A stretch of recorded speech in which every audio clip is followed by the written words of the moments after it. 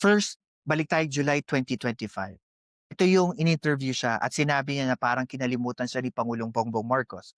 November 2025, na magkaroon ng revolutionary government and kinukumpara niya itong pag-aklas na 'to sa dating EDSA People Power 1. January 2, 2026. Claim siya that he is acquiring Miss Universe and, apparently the current owner na Raul Rocha, if I'm not mistaken, silang arrest warrant and he deliberately says na hindi iyon totoo. January 5, 2026, yung tinatawag nilang the Divine Providence Press Conference, na gumamit siya ng biblical numerology, AI-generated video, ginamit pa si Moses, ginamit niya pa yung EDSA People 1, at ginamit niya rin yung Gaddafi-style ouster at nanghingi siya ng debate sa Malacanang for Pangulong Marcos and former Speaker Romualdez. At ginawa ito lahat sa Club Filipino on January 5, 2026.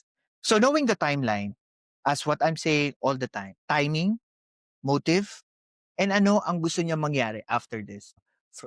Coming from Attorney Claire, ang sabi niya dito is that kung talagang may problema siya sa korupsyon, kailangan i-debate pa ito. Alam natin that Filipino people wanted na may maaresto na mga big fish. Bakit i-debate pa natin kung may korupsyon? Una.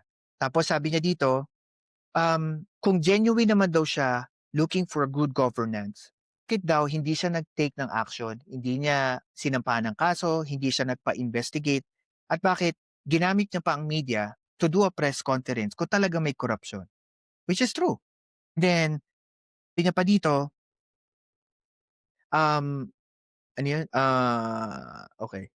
Bakit ngayon lang, and also, kung may korupsyon under the presidency ni Pangulong Marcos, bakit hindi din daw siya nagsalita from the time ng administrasyon ni dating Pangulong Rodrigo Roa Duterte? Ito ba ay isang tinatawag na selective outrage?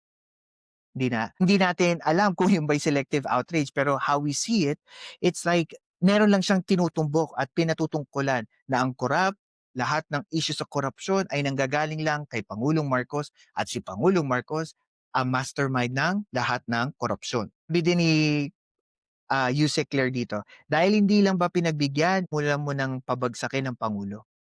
Which is a good question.